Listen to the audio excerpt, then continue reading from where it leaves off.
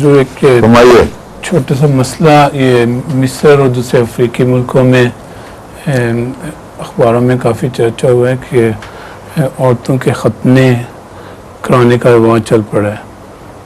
رواج ہے.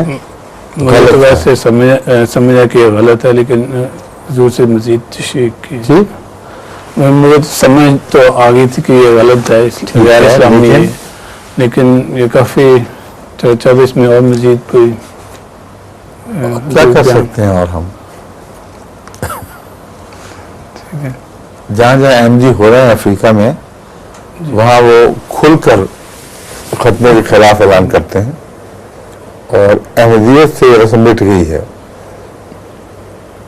افریقہ میں صرف مسلمان ہی ختنہ نہیں کرتے، بلکہ عیسائی قومیں بھی، اور جو پیگنز ہیں خاص طور پر، وہ بھی عورتوں کا ختنہ کرتے ہیں. اس کے مقاصد اور ہیں.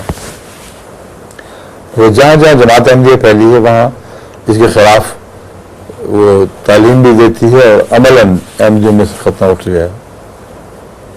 ٹھیک ہے. اس کے سوا آپ کیا کر سکتے ہیں بتائیں. ٹھیک ہے، کچھ نہیں کر سکتے.